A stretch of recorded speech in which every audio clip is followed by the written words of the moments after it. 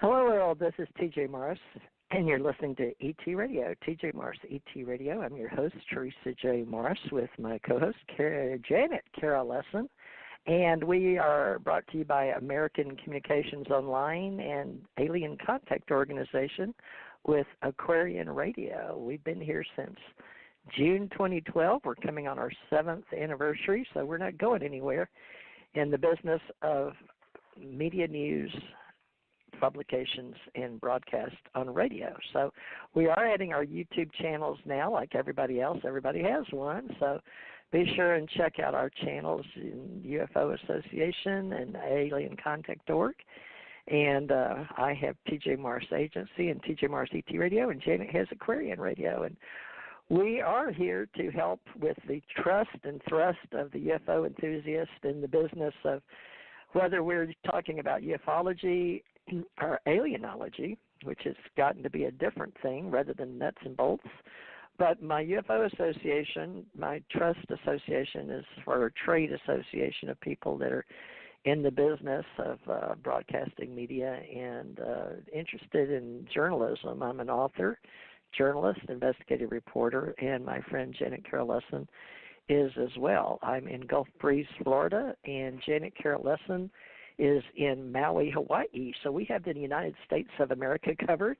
We are about positive psychology and positive transformation in America, making America great again in our own way, I guess. But our reality extends more to the universal consciousness and how we exist in the 3D reality. And not everybody wants to understand at various levels who they are, why they're here, where they're going when they leave the planet. And while we are here, we're going to discuss a lot of heavy topics, especially in physics and quantum mechanics. And Janet has invited someone that approached her through her company, Aquarian Radio, on the Big Island with her husband, Dr. Alexander Sasha Lessin, Ph.D. in anthropology, and he has been on at least 2 of her shows, and one with me, and I could not tell you where that was recorded. Only she knows whether it was on hers, mine, or I don't think he's been on TJ Morris ET Radio. He may have. I think he was strictly on Aquarian Radio when I joined her. But I'm going to get her on here. I was stalling for time to make sure she could get the phone number. The call-in number is 347-945-7207. For all you wonderful people out there that have been following me, I'd like you to like this if you don't mind. And you can go to tjmorrisetradio.com, or you can go to blogtalkradio.com and then /TJ Morris ET Radio to help me out. And I've been paying for this, and it's come up to thousands of dollars after 7 years, but who's counting, right? So Janet Lessin pays for her Aquarian Radio, and we're just UFO enthusiasts. But we've come to learn that a lot of people in alienology just don't deal well with the nuts and bolts in the real world. So we started Alien Contact Org back in 2014 together with a gentleman over in the UK, and we're still working with the UK more than anything. But let me see if she's back here. I could hear her in the background a while ago while the music was playing, but the person that she invited isn't here yet. And Janet, slowly but surely, I'm waiting for this to get you back on here. I'll have to wait till you can hear me. So people, if you're listening, we're bringing Dan Cooper on, who's genetically engineered by, or so he believes, by Japanese scientists in 1952. So he's about my age.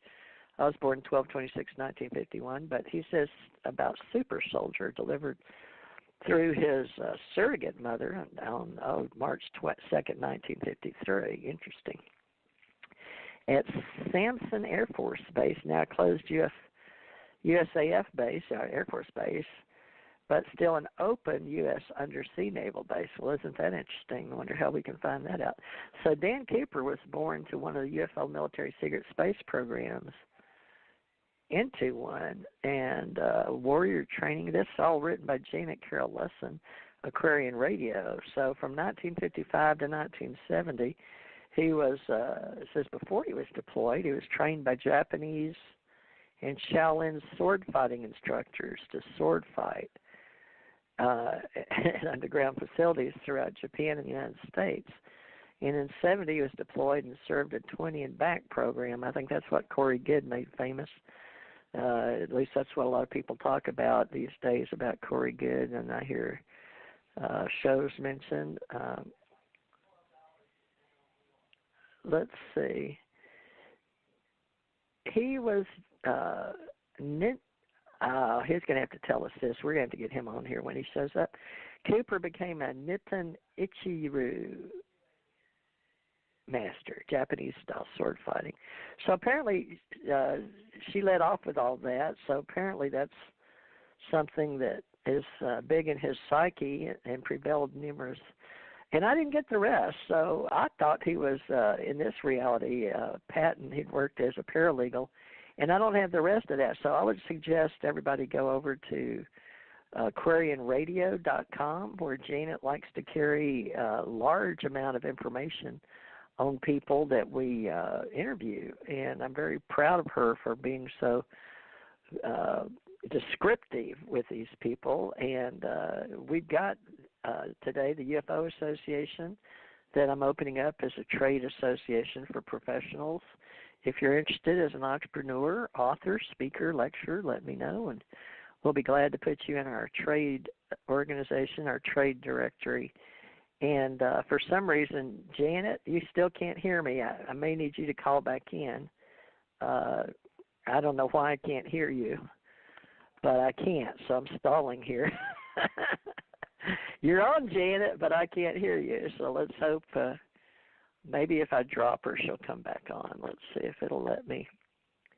I don't even know if it'll let me drop her. So UFO Association, we're all about alienologists, phenomenologists, UFO hunters, Alien Hunters Bureau we have with Daryl Sims was our first, and the Godfather, like we have Stan T. Friedman, the Godfather of the UFO Association, and then we carry on the Allied Command in honor of my husband, Thomas R. Morris, and all the people that were before him in the military, and how we're going forward with disclosure reporters and our business as journalists.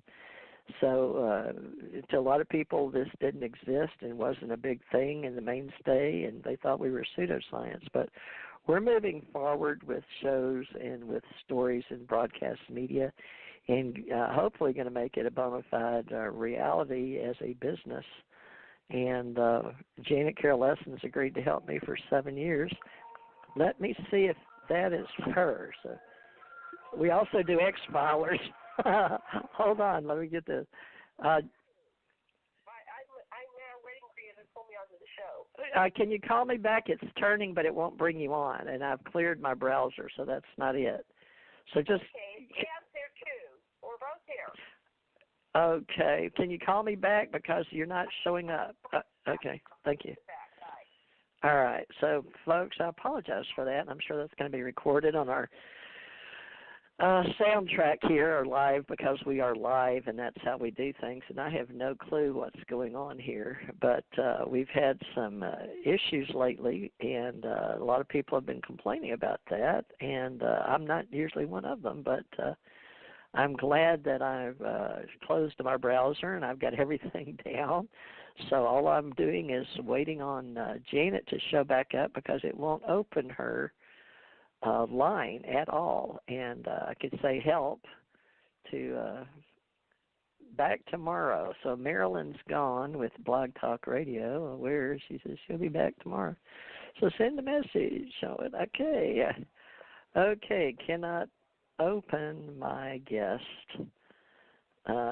tonight, and it's sort of important because she was here, and now it won't open up. She went to get the gentleman that she wanted to bring on, Dan Cooper, and I've notified, you'll be notified here by email. So without New York helping me here, I'm sort of on my own, and I enjoy, this has been a great tool for radio shows and for archiving purposes and saving them all, and then I also put them on, okay, so it's not happening, huh? Well, Go back into your own show. okay, I'll call you back. Call back in. All right. I'll have to call back into my own show. Okay. Okay, folks. We'll be back in a moment. Okay.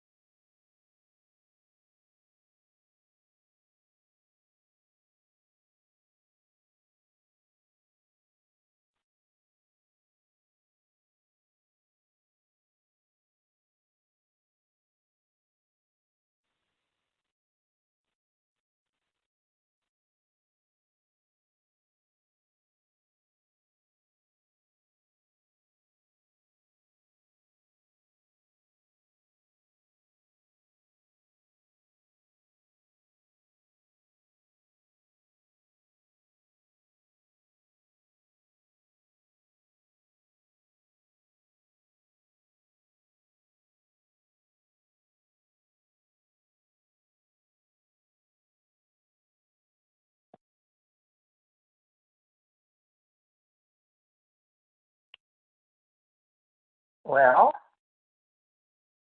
this still isn't working.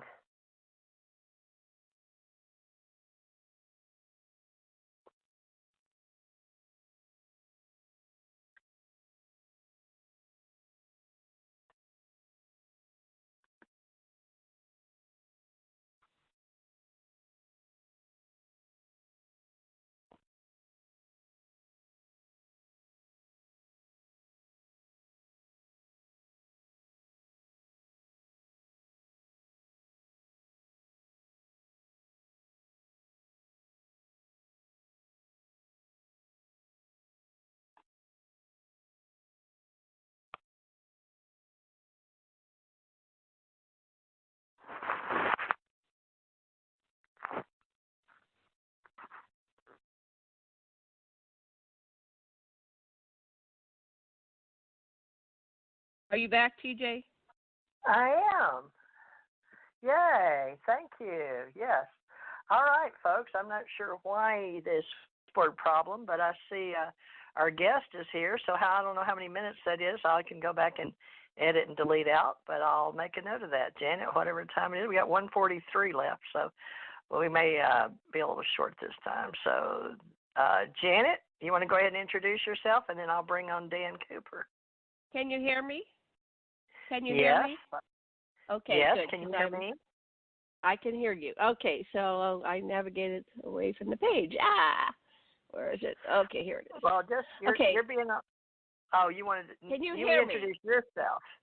Yes, you introduce yourself. I'm Lessin. I'm co-host for Theresa J. Morris. We are simulcasting on the TJ Morris ET radio show and Aquarian radio system, and our guest is Dan Cooper. So Theresa J. Morris, Janet Lessin, and Dan Cooper, and we're going to be talking about his involvement in this U.S.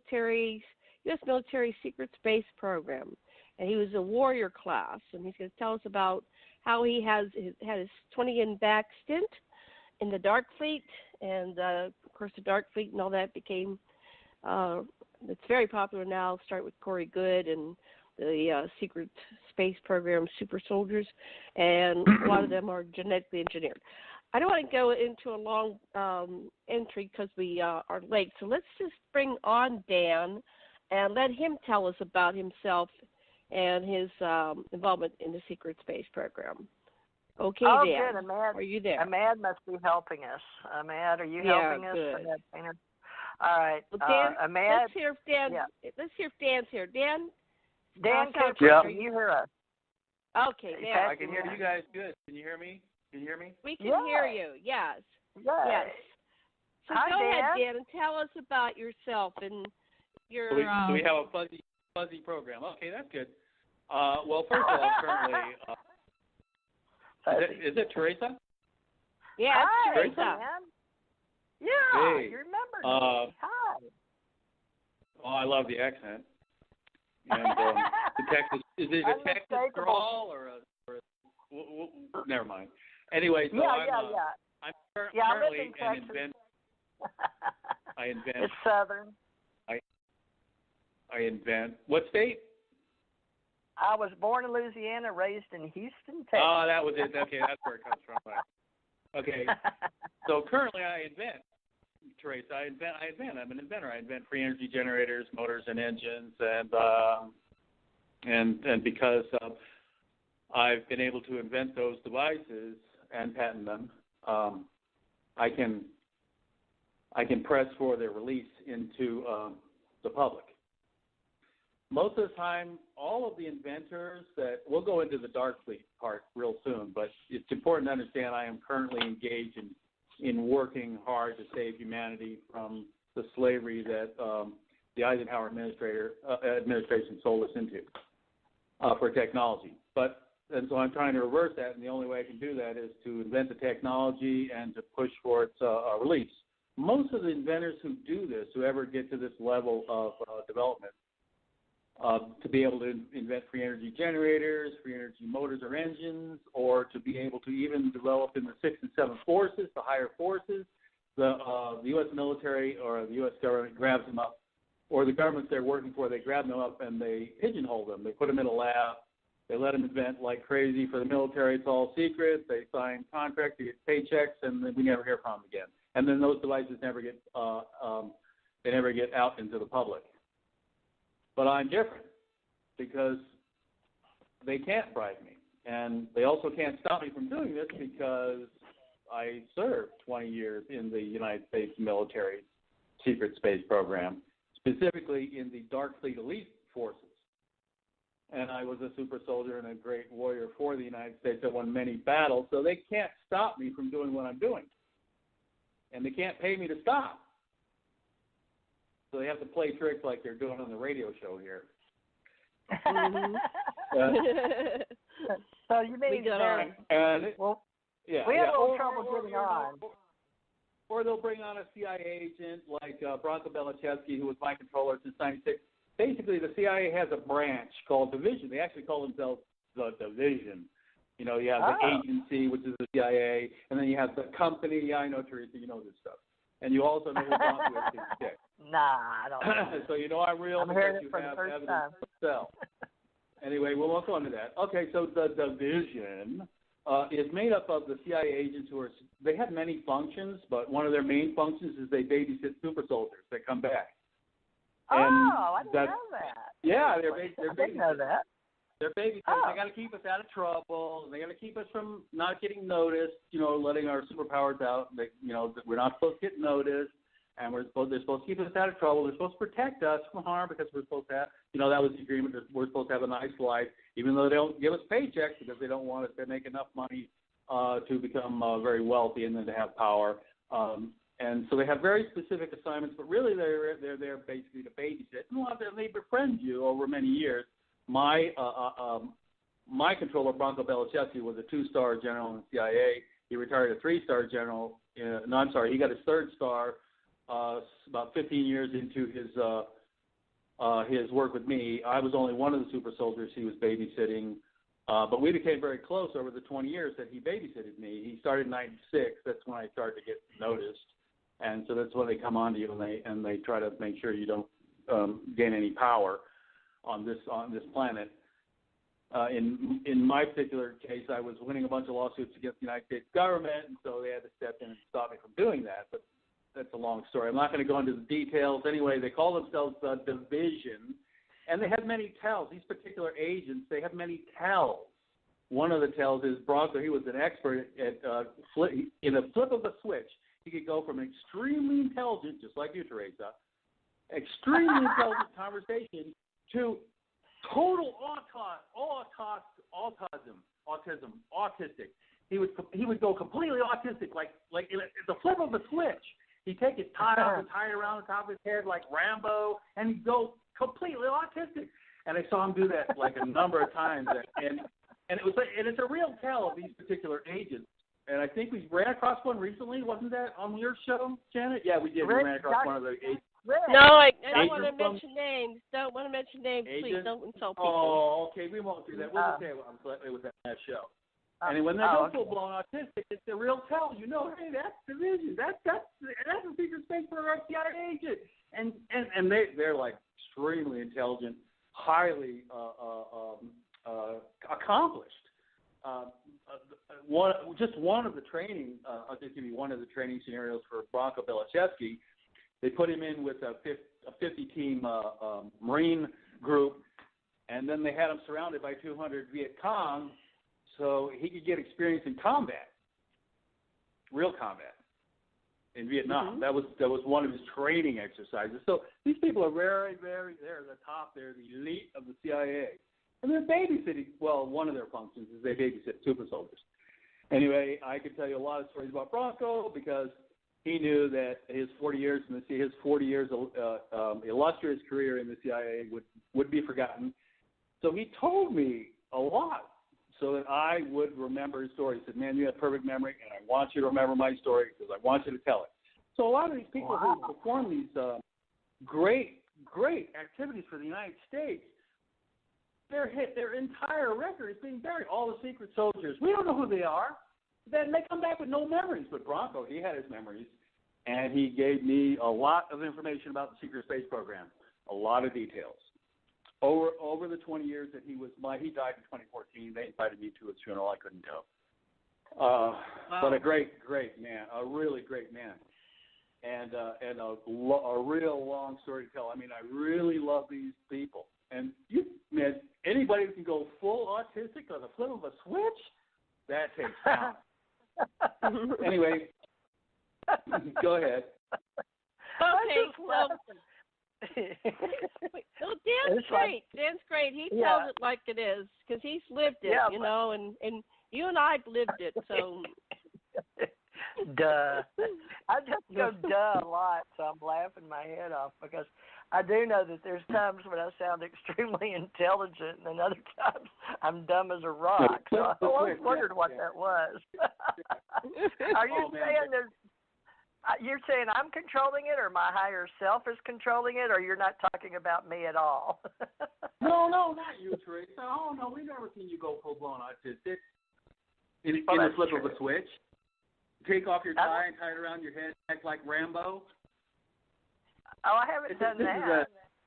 No, but I've seen Branko used to do that many times. I've seen him do that to people when he doesn't want to be pinned down or he wants to pull a trick or something. I'll give you all the incidents he did it over the 20 years that he was with me, but he was showing me these things because he was showing me how they trained division, how they trained the division of the CIA personnel. The division in the CIA is secret space program. I'm sorry, what? How do they do that? How do they do that? Are you saying because I thought it was some kind of serum or something? No. No. He told me they're trained. They're trained by psychologists over years. It's a lot of training. It's a lot of training. Turning it on and off. I know I feel that way a lot, but I don't know what causes it. All of a sudden, I feel blocked by a outside force. And I'm like stumbling over my tongue or something. No, he did it on purpose. It's a strategic move. It's not something he does by accident. It's a strategic move. And could it be like people get zapped or a switch that is externally controlled? Like they make the Manchurian candidates, right? They subparse the brain and fracture. No. Because after he would do that, they would discuss why he did that. And he's done it. He did it more than 10 times to 10 different people. And I would sit down and say, "Why did you do that? What was the strategic purpose behind it?" It's a chess move. These guys are brilliant people. They're brilliant strategists, and and they're trained how to do that specific thing because they don't want to be pinned down, they don't want to testify, they want to perform acts as a crazy person. They have different strategic reasons for doing it, but it has nothing to do with any outside influence. It is a talent that they teach all the division personnel in the CIA. Wow. All? Okay. Not all, probably just the BNOCs, right? Are those in the field? You're right. You're right, Theresa. Oh, I don't need to be right, but thank you. Yeah, I can imagine a lot of people working in the office doing that, but I don't know. There's various levels of existence inside the CIA. You know what I'm saying? So not everybody, the NSA, they're all sitting behind desks pretty much. There are very few field ops. Well, I don't know. I've seen some in the field come have lunch with me, so I better shut up about that too. So I don't know nothing. NSA has their own secret space program. The NSA has their own secret space program contingents. I've dealt with them. Their agents recently, I can't tell you that name. Bronco wanted me to tell you his name. He asked me to relate his history. But I can't tell you about current agents in the NSA. I can tell you of their activities. Why I know that the CIA is secret space program, and that I know NSA is secret space program because I have personal knowledge. Well, have you been to D.C. or have you been to Maryland at all? No. Well, yeah, I did a long time ago when I was younger. Yeah, I was in Maryland. Sure. But did you go by Arlington? No, on this timeline, I didn't go in. I didn't spend it. No, on this timeline, I didn't join the military. Oh, we're not talking timeline. Bronco. Ooh, we jumped to cyberspace. Yeah, the Bronco drafted me to perform legal cases for the CIA, and I was told I performed 83 legal cases. I never counted. They said you did 83, you won them all, and they were all considered impossible. No attorney could figure it out, but we had to win them. They were important for the United States, and you won every single one of them. Wow. Was that because you were doing discovery and paperwork, or tell us how that worked, or what you were doing? I got noticed because I was suing government in '96, and I was immediately, very successful at it, which is why they assigned the controller on me to keep me out of trouble and to keep me from getting noticed. So they wanted to divide my attention, and so they gave me work. They gave me cases, but the cases were impossible to win, and they never had an easy case. It was always really hard, and then every time it was, we have to win this. It's so important in the United States, and this is why it's important in the United States. So I won them. And it kept me out of trouble. What was your location in 3D? Oh, I'm in Yucca Valley. I was in Yucca Valley, California the whole time. I'm still here. Well, you have an accent, so is that Californian accent? Correct. So Dan, did you win because you're genetically enhanced and super intelligent? What made you so smart that you could strategize and figure out complicated lawsuits that nobody else could? Yeah, when they genetically engineered the super soldiers, the first batch were actually Nazis. The Nazis were the first one that did the genetic engineering from the Greys technology. And so the very first batches of genetic engineered super soldiers were Nazis. And they gave them too much intelligence, too much. And they went con. That's a true story, by the way, that whole group, Botany Bay and the con. You mean the Star Trek episode? What was it called? The Wrath of Khan. So you're saying K-H-A-N. Okay. Right. So it's called Going Con. And so they realized that, they wanted us to have genetic enhancements, which is basically our suits, our robotic suits and chemicals.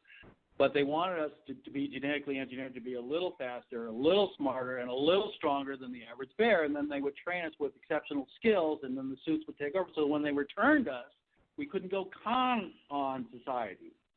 And that's why they send controllers on us to make sure we stay out of trouble. But we still are given those inherent abilities. And my inherent abilities and my memory capability and my strategic ability to be able to use all those cases. I could memorize thousands of cases and put them all together and write a paper within a half hour. Those are abilities wow. that were genetically engineered. Those were genetically engineered abilities. They still take time to hone. You still have to work. It doesn't just come natural. You still have to read the cases. You still have to write the paper.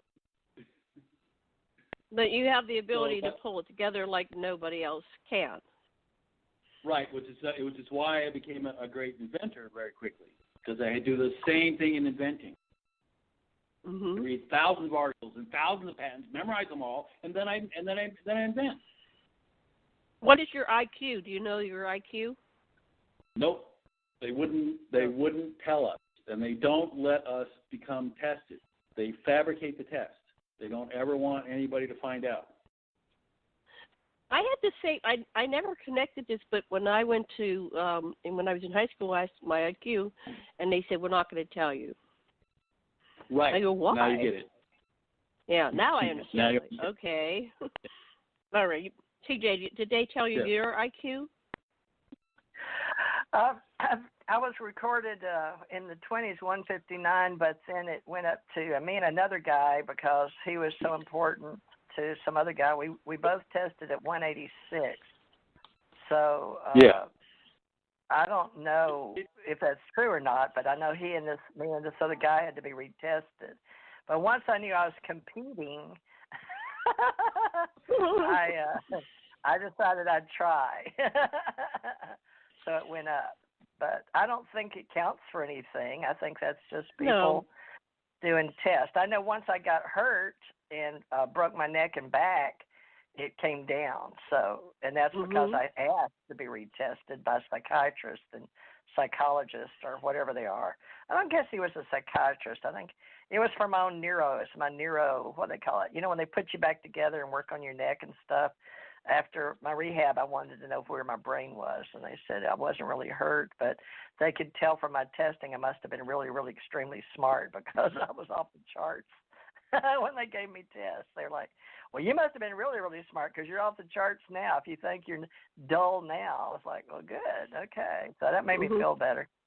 So I don't think – I guess it depends on who's testing and what tests they're using, doesn't it, Dan? I mean – but they would go back and change the test on the super soldiers because they didn't want us recognized. I see.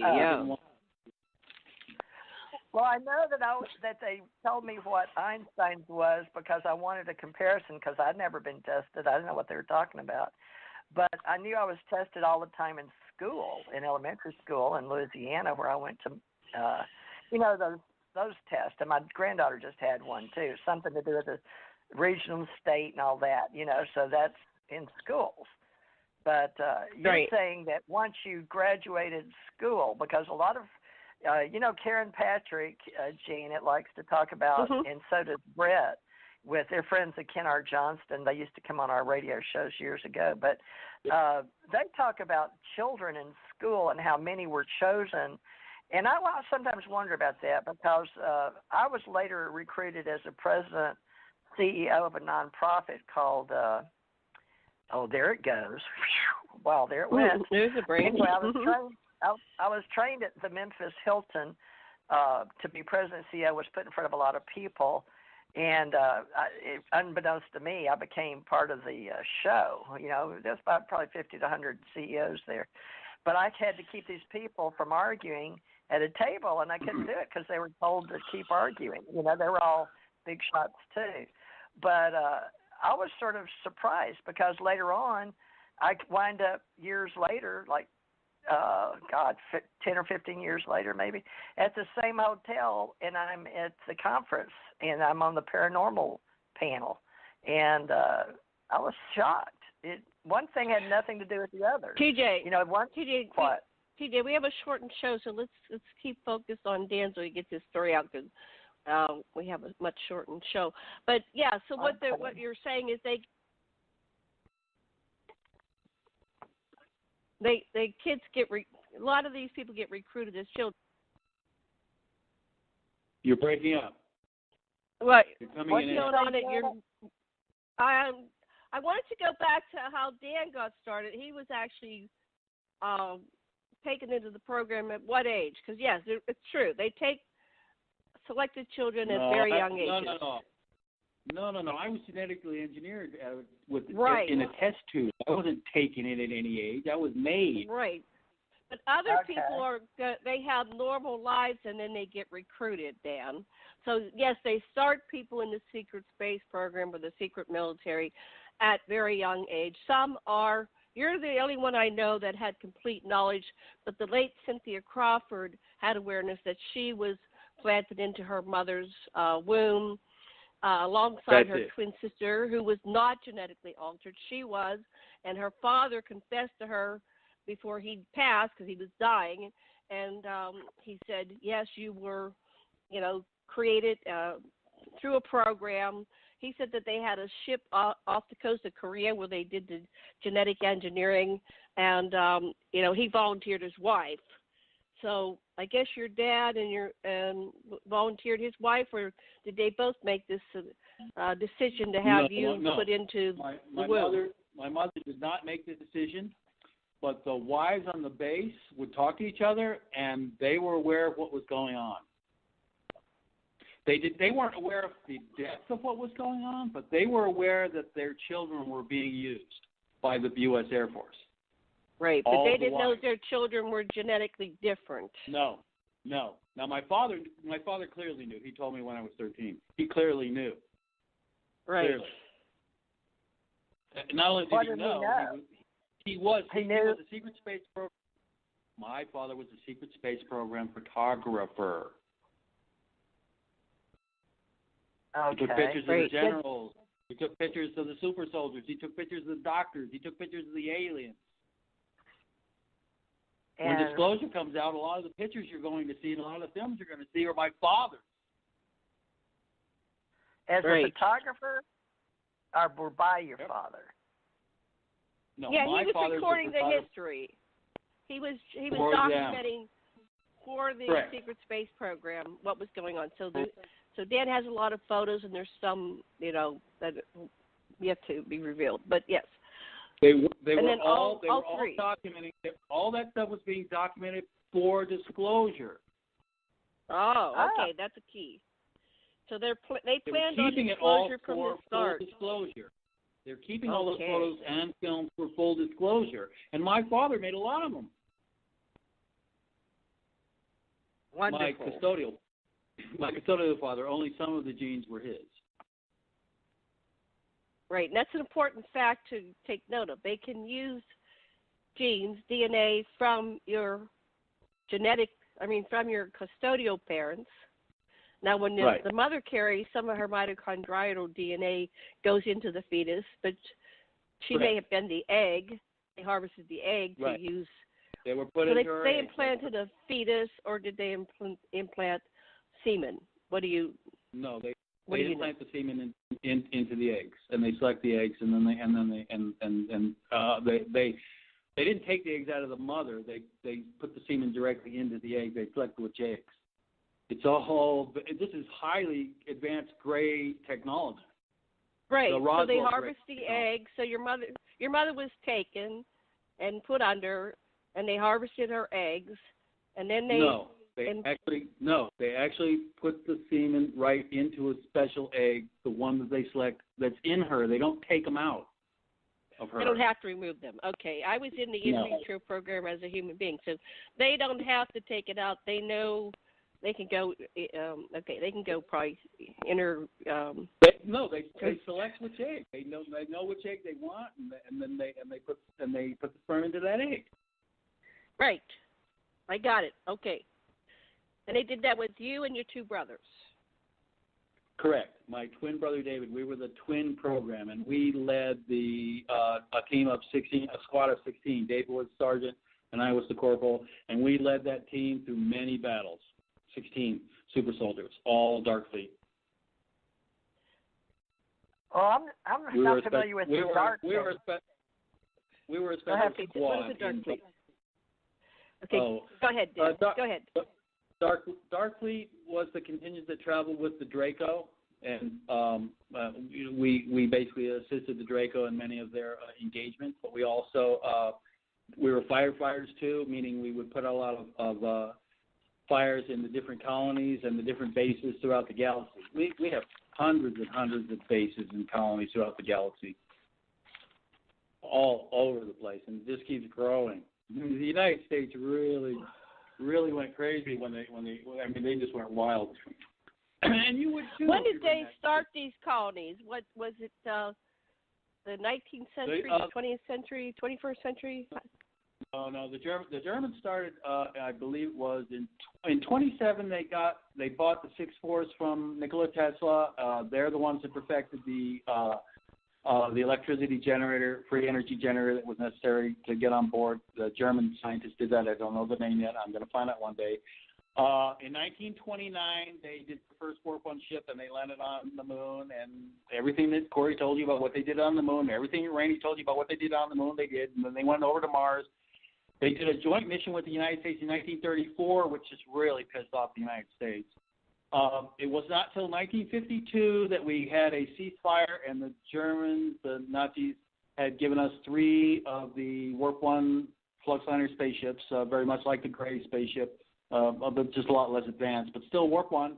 And they gave us those to reverse engineer and to learn from, and they gave us some engineers, and that was the beginning of the United States. The real United States secret space program began in 1952. The actual treaty with the Nazis was in 1957. The ceasefire was in 52. And what was World War II about, and what was Roswell about? No, World War II was very real. I mean, we were trying to defeat the Nazis very quickly before they had developed enough of that technology. They weren't developing it fast enough. But the fact of the matter is, we couldn't oust them from their Antarctic base, and we couldn't oust them from their base in Brazil, and we couldn't oust them from their base in Venezuela, no matter how hard we tried. So we realized eventually they were going to beat us because they had the tech and we didn't. Right. And then we surrendered in 52. Well, we didn't surrender totally because my commanding officers, Hans and Werner, who actually gave me a lot of information on this timeline when I was a junior and senior in high school, and I was playing water polo in the New York Athletic Club. They were the team captains, Hans and Werner, but they were also my commanding officers in Darkfleet. So I learned a lot about the Nazis and what they thought, and they changed dramatically once they got involved in the intergalactic community, interplanetary intergalactic community. Once they got involved, they did change dramatically, and they realized they had to work with the United States, and they needed more people in the program. It wasn't enough, we need help, and that's why they brought the United States in. So then TJ got recruited in, 65? As a child, and I don't know if you know TJ's story. She ended up operating GUS, which is the Galactic Universal Shuttle, which is the Roswell craft. So that's what I was asking. What was the Roswell program about? That obviously was soft disclosure, and that's it's like the Rosetta Stone of the modern UFO phenomenon. And then what faction do you think that TJ was in? TJ, you want to ask each other a question? Maybe you can figure out what faction that you were in. Because TJ's never seen the Dracos, but she was out. No, and I've seen. No, I'm not familiar with pilots like her. People that were pilots like her went to the farthest reaches. They were the furthest explorers. They were the real Star Trek people. William Shatner, Star Trek. Yeah. The ones that were on the cutting edge in exploratory vessels, that was her. So she wasn't traveling with the Draco. She was exploring. I don't know anything about the Draco. I was way out in Universal. I was in and out of universes. Right. She was out at the very edge, and that's why she was that kind of pilot, because you can't go certain places without that kind of piloting. That's how I know she was on the edge. Which is pretty awesome, TJ. That's pretty awesome. I got to work with Tom at the outside of the Andromeda and into Milky Way.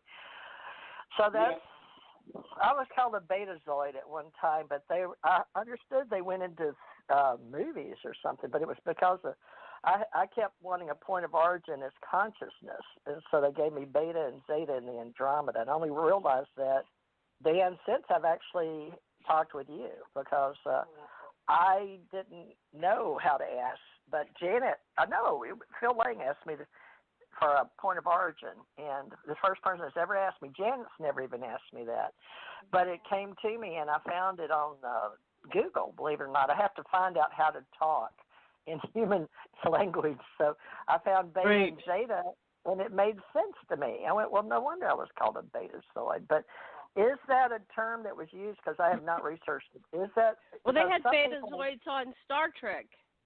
They call them the program calls them I was on radio. The program calls them empaths. Empaths. Uh-huh. The betazoids are empaths. That's what I am. Right. You're an empath. I shouldn't be saying that on radio. I forgot. I'm sorry. I know I was a truck driver too in this reality. All right. I'm sorry, folks. Apologize for saying the S word. My daughter. All right. I was just shocked because for some reason. That's okay. That you're allowed to say the S word. It's not the F word. You are? Okay. Yes, you're allowed to say S word. All right. Well, Dan, I have to be honest. I on one level, I feel like I know everything because I've been out there, out of body, near death, or dead, flying around as consciousness. So I agree with the big toe thing with Tom Campbell. But on the other hand, I'm working with Ira Pastor in the theory of, what are we doing and how do we get younger? And my point of view has always been out there looking down. So, and it seems to remain so. So what I'm working on is how many of us are there, and why is it that seems to be important? Because I was raised knowing I had two families, one off planet and one here, just, hanging around. But when I met my husband, there was a third level, and then when I died, another fourth level. So I've gone up for years 5 levels until 1010 when me and Janet were talking about Zachariah Sitchin, and we both had a fallout or a death experience at 10. And then after that, I was able to go to 6th and 7th universal levels. So it's like Russian dolls. But trying to find a way to talk to Janet has been close to impossible in cooperation because there are no words when you're an empath and you cognizance. I have to grope for how to speak, and that's one of the problems of working way out there because you learn things and there's no sound, it's black. And, well, you're not using language. You're not using language. You're just pure intellect. And having to put your thoughts into a tongue and a mouth and breath in and breath out. And, we're so slowed down having to use language. So no wonder it's hard. But I'm a communicator. I'm a translator. So that's why I try to put it into human terms. So go back to dance. Betazoid or empath then? Does that mean some humans, because of Gene Roddenberry being with the Ennead 9, that he shared some intel? What does that mean, Dan, to you? No, that was actually the NSA agent of the SSP that was my controller recently. He told me that was very specific soft disclosure, and it was also a poll. Meaning it was also what? A poll. They were polling the people of the world to see how many people would really believe that was real. And he said, we were very disappointed. It was only 13%. And I started laughing. I was amazed. I would say 13%. He said, yeah, we were expecting a lot more. We were very disappointed. When Gene Roddenberry, did you write that script or did you research it for human? No, that was most of that work was handed to him by the Secret Space Program. It was intentional self-disclosure. Seriously? Yeah. Well, I didn't know that. Well, that's what the NSA told me. That's what the NSA told me. I believe them. I don't think it's a lie. Well, I'm not going to. See, I was a part of that. I've been around agents my whole life, so I always thought that also, was nice to me. Well, TJ, you asked how many personnel are out there in the Secret Space Program today. That was a question I asked of the NSA. And I said, is it 250 million like Corey was saying on Mars? And he said, no, there's not that many on Mars. I said, well, is there 250 million in the whole program all out there? And he didn't say anything. We have a lot of personnel. I mean, a lot of personnel out there in different bases all over the galaxy. Well, they're out breeding, aren't they? They're having babies, right? So just look at it logically. If we have 100 years of people going out and having sex in space, and we fill up a vacuum. So after World War II, when we lost millions and millions of people, what did we come home and do? We were all screwing like minks, and now we have the baby boomers. And I don't know the stats, but there were how many children were born after we almost extinguished ourselves. So of course, whenever they're going out to the brave new frontier, we go forth and multiply. So there could be, and plus there's, they have the hybrid program, and they're harvesting our sperm and eggs. And, I've been told I have, hundreds, if not thousands of children. They like certain DNA, and they can just hybridize them. And, yeah. So anyway, we don't know. No, I mean personnel under the command of the United States Secret Space Program. That's what I'm talking about. We have more than 250 million personnel in the United States military secret space program. Well, they told me I'd never get out. So how do you get out? No. You never get out, right? You just don't.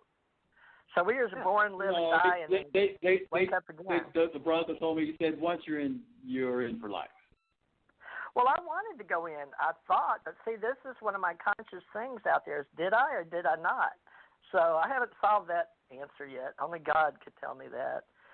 So I'm working on that critical mass mind now with people, but some of the lower levels are worried about me making money at this. And I'm like, well, so far it's cost me thousands in the last 7 years to do this stuff. So it's costing me the money or the energy and time that I do this to just try to discover my own research out here. But nobody's paid me any money, folks, to do this. This is my research. So, Dan, how did you get over here to me and Janet? I'm very curious because you sound like you know something.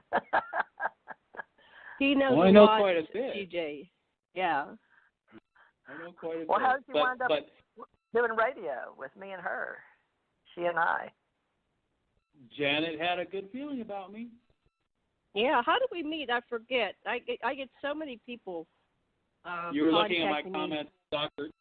You were looking at my comments on Mike Solid's site, and you thought you could feel that's real. That person's real. I do. I do. And, I think I'm being guided. Before the Internet, I used to go down to the bookstore and just wave my hands and say, what am I supposed to read? And my hand would touch the book. I'd open the book. It would fall up into the page I needed. So that was some kind of ability I've had. So I do that now. TJ always goes, how do you find these people? I go, well, I just use my AI, and it leads me to them. So that's how it happened with you, Dan. I was led to you. Yes. So because we're supposed to meet, and this is supposed to happen, and this is disclosure, what we're talking about, and, move over Corey Good. Move over Emery Smith. Because I bring it up to the next level, which is because I am a real inventor and I have real patents and they're really being reviewed and I really am doing this. I'm not just giving you testimony. I am engaging in saving humanity. Well, Jan mentioned you may be save taking some of your humanity. patents. Are you going over to Huntsville? I've been to Huntsville several times, but and through there. But you're going over to Huntsville to work with NASA or not? Is that independent contract stuff just for you personally, or are you allowed to mention anything about your patents or whatever you're talking about? It's independent. Well, I can mention patents. Of course, I patent free energy generators, motors, and engines that they've just run off of magnetic energy that's pulled through the ether, so they don't require refueling, they don't require recharging. They just keep running for 30 years straight, nonstop. That's how long the components last. And as far as Huntsville goes, I'm being invited out there. They don't like the fact that I'm revealing my history. They don't like the fact that I'm becoming a radio personality and the exopolitical, a political activist, exopolitical activist. That would be a better way of describing exopolitical activist. I am an exopolitical scientist. I graduated in political sciences. I engaged in political science for the United States. It was the Reagan administration that had me convince China and teach China how to do business. That was the Reagan administration and the Secret Space Program that asked me to do that, and I did it for them in 1985 successfully. Wow, that's when I got rehired. That's exactly it. And TJ worked for TJ worked And with that's Reagan, developing. and her husband worked with Reagan. So you may have crossed paths before. Men in Black. I worked for the Men in Black because they didn't ever tell me who they were. Yeah, they're the ones. They're the ones that brought the finance minister of China to me to educate. They didn't tell me it was the finance minister. It happened in it was a master's course in Soviet studies, and it was led by Dr. Thomas. Dr. Thomas is still teaching at the University of Colorado. He teaches Chinese studies now. Go figure. So they brought the Chinese finance minister in there specifically for me to instruct on business because I was graduating with 2 degrees in 3 years, accelerated learning capacity, 2 4-year degrees in 3 years, one in political science and one in I had a Bachelor of Science in Business. And that's what I told the finance minister. He said, you have to send their very best over to Harvard University's business school. And that's exactly what he did the very next month. And that guy is now very popular, and I can give you his profile. That guy that they sent there to study from Harvard Business School, they followed every one of my instructions. At the end of the 3-hour lecture, I was lecturing the finance minister. At the end of the 3-hour lecture, the finance minister said to me, no one's ever talked to me like that my whole life. No one ever has talked to me. I was basically chewing him out for 3 hours straight. And he was totally blown away. He says, you're not with the United States government. I said, no. And they said, that's why I chewed you out, so you would know I'm not here to kiss your ass. I'm here to teach you. And I said, should I apologize? And he said, oh, no, Mr. Cooper, please, don't apologize. Xi Jinping was there. He was there. Oh, the President Xi Jinping was there. Is he the guy that was at your college course? No, Yep, Xi Jinping is the president of China. China. Oh, yeah. Is he current or is he? I'm sorry, the president what? of China? Who's the current president? I am very ignorant. Xi Jinping. The very guy that was there with the finance minister. Wow. That's weird. My husband knew the emperor of China, and he went up and stayed on one of those mountains where they're all real secret. You know, they do all the, but they hid him out there for some spy shit he was doing. Oops, I said that word again. Damn it. That's okay. You're not to say that. I must be in a bad mood. I don't know what is wrong with me. I'm down in my lower truck driving level of existence. How do you bring people up to a higher level? Do you have any clues? Because, you know, I have to deal with people on a regular basis, and some of these Facebook people that aren't real, I'm dealing with people that wanted to take over my UFO groups, and the girl didn't even use her real name, but told me in Janet. So I'm not missing any names, but they're getting on other radio shows and talking about other stuff. So they're blocking us and stuff. So is there social media wars going on in this UFO association stuff that you're aware of, Dan? Because you don't do much in social media. Go ahead. The secret space program they are always trying to control the narrative, and they have a number of people that are in the alternative media and the ufologist group, and also the exopolitical group. They have a number of people that they've infiltrated, and so they can control the narrative in their direction, the way they want disclosure to go. Not the way we want disclosure to go, but the way they want disclosure to go. That's why they control the narrative, and they've infiltrated every group very heavily. So where do they want the narrative to go? What is their agenda? They think they're going to be able to take down the. They think they're going to be able to take down the outer barrier and deliver us all to different planets because we were sold as slaves for the technology. And they believe they're going to be able. They keep telling the people that that they're communicating with the spirit beings allow us to communicate with the 900 different planets that we have relationships with and that they sold us all to. And they communicate, oh, sure, we deliver, don't worry, we'll get that barrier down. No, we're never going to be able to get that barrier down. Spirit beings, no one's ever been able to take down a spirit being barrier. So tell us about the barrier. When did it go up, and who corrected it? What was the reason? Because our listeners may not know what you're talking about. Let's back up a little bit. Oh, explain. It's a force field that's around our entire solar system, and we call it the outer barrier. The original barriers were there was a barrier, a force field put around our planet, and two of them went in December 5th, 2014. December 5th, 2014. the two barriers went around Earth and around our entire solar system. And nobody could go in and out. Nobody can get through this particular force field because it's made of the eighth force, and nothing can penetrate the eighth force unless they approve it. So you have to ask for permission to go through the barrier. And to go through the barrier, if you ask the spear beings are 5 groups of aliens, and they control the outer barrier. They control the eighth force. They're administrators of the eighth force. And that's the highest energy form there is. Nothing can penetrate it. Nothing can defeat it. Anyway.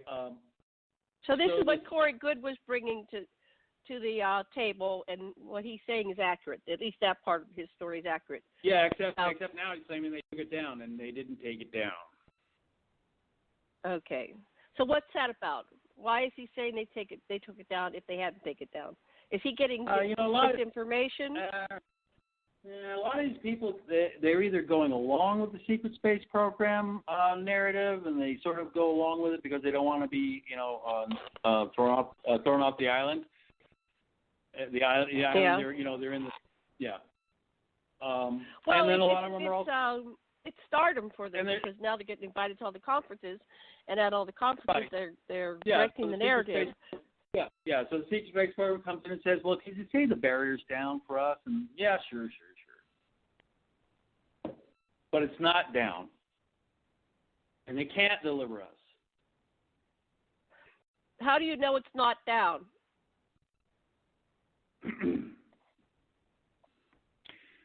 There's a number of indicators.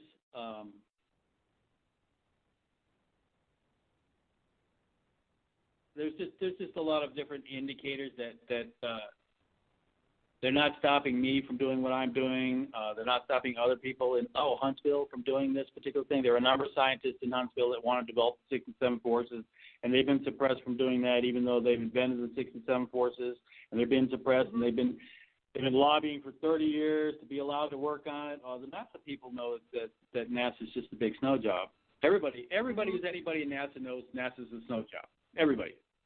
Because they're the top scientists, and they know better. They know rocks is a joke. They all know that. They know real. They know every scientist, anybody in NASA knows the 6 and 7 forces are real. What are the 6 and 7 forces to our listeners? They keep saying, please let us work on it. Please let us work on it.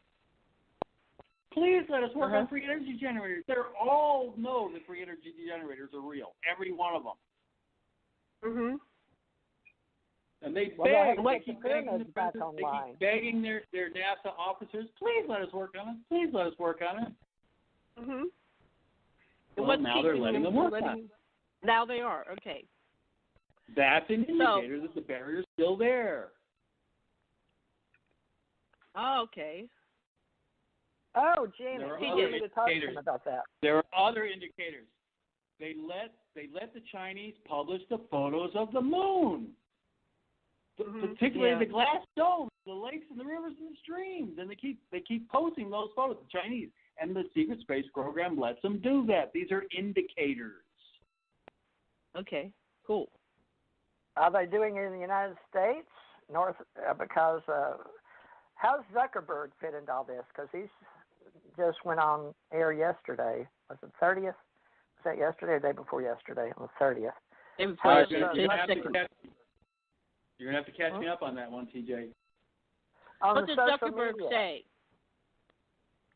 Oh, no, what he did just he say? His private, his private thing. He was going into the private thing. I just wondered, but of the control, we have the A field and then the Akashic and the consciousness and the 0-point energy. But I was wondering if you've heard anything about Zuckerberg because of the... No, what did Zuckerberg say? We missed what Zuckerberg said. No, what did he just say? Going back into private.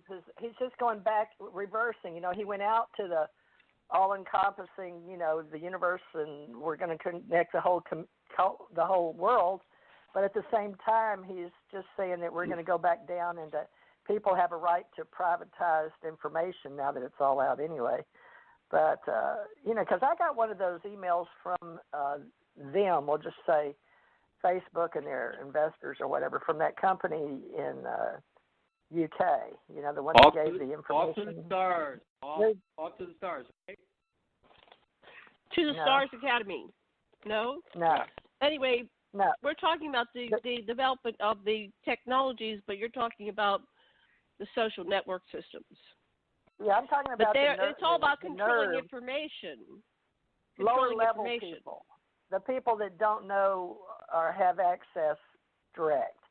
They do, but they don't. And if they can't get to the A field, the critical mass mind consciousness, and the knowledge and information that we can all share, some call it speaking, I guess, prayers and getting, what's that, meditation, prayer sending and worship. Now, what do they call it? Prayer and then meditation. Prayer sending information and meditation is supposed to be nothing, or is one with consciousness. But receiving, when you get just data, right. Mm-hmm. The data, if people can't get data direct, and they're still in the old paradigm of the Roman, render unto Caesar's, is Zuckerberg like a Caesar? Is because he's controlling the narrative with the data communication, not meaning ugly, it's just truth. With him and Google, there's Microsoft, Google, Amazon, and let's see, Google. Anyway, Amazon, I'm not sure Microsoft. where he fits in with the technologies for space, but well, that's what I was asking Dan. Dan, are you up? Because all of it is space. All of it's data. All of it's data mining. How do they communicate? How do they communicate in space, Dan? What's their and you've had space communication. What do they do to communicate between planets? They're not using the internet. Spooky action at a distance. Say that again. Look it up. Spooky action at a distance. SPOOKY. Spooky action at a distance. That's just being two places at one time. That's just two places. No, that's real technology. No, that's real technology. You can look it up. Okay, I'm Googling it right now. I can't believe you don't. Okay, so explain what that is. Okay, so if you move a molecule, certain kind of molecule, if you move a molecule here, it moves anywhere in the universe instantly. Oh, and we communicate. We communicate with that phenomenon. That's how we communicate anywhere in the universe. But what's that got to do with Zuckerberg? That's just reality.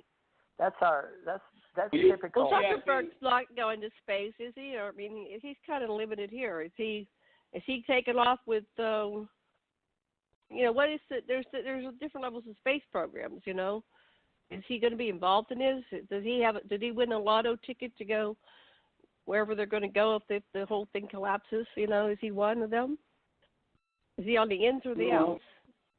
No, we're all being sold off as slaves. There's nobody. Yeah, so he's just another slave. Yeah. I mean, Steve Jobs is dead, or Jobs, whatever his name was. These people are. Yeah, Jobs is dead, and so he was shocked that he was dead, but he created the iPhone, and everybody's using the iPhone. But the secret space program, they have technology way beyond any of this stuff that we have. The internet, this is antiquated technology for what they're doing. Well, let me ask you this: if you're going to bring up like quantum physics or quantum entanglement, do you believe that that's faster than the speed of light? Because at one time I was involved in experiments faster than the speed of light. So that's correct. Faster. Okay. So Slow down, PJ. Think about it. Okay. Everybody knows this equation: E equals mc squared. Yes. Energy equals mass times the speed of light squared. The speed of light times the speed of light. That means mass can be moved at the speed of light times the speed of light.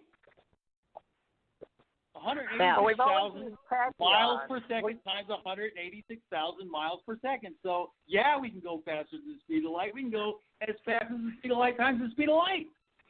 Well, have you been using tachyons? Because I was using them back in the 80s. And that was what I was told to concentrate on to help people that believed in, Einstein. So the Chinese physicists still measure speed of light by spooky action at a distance, but that was coined by Einstein, right? So what are you going to do with people in today's time? Are you helping with this communication paradox faster than the speed of light, you think, with what you do? maybe. I don't know. I don't work on communication systems.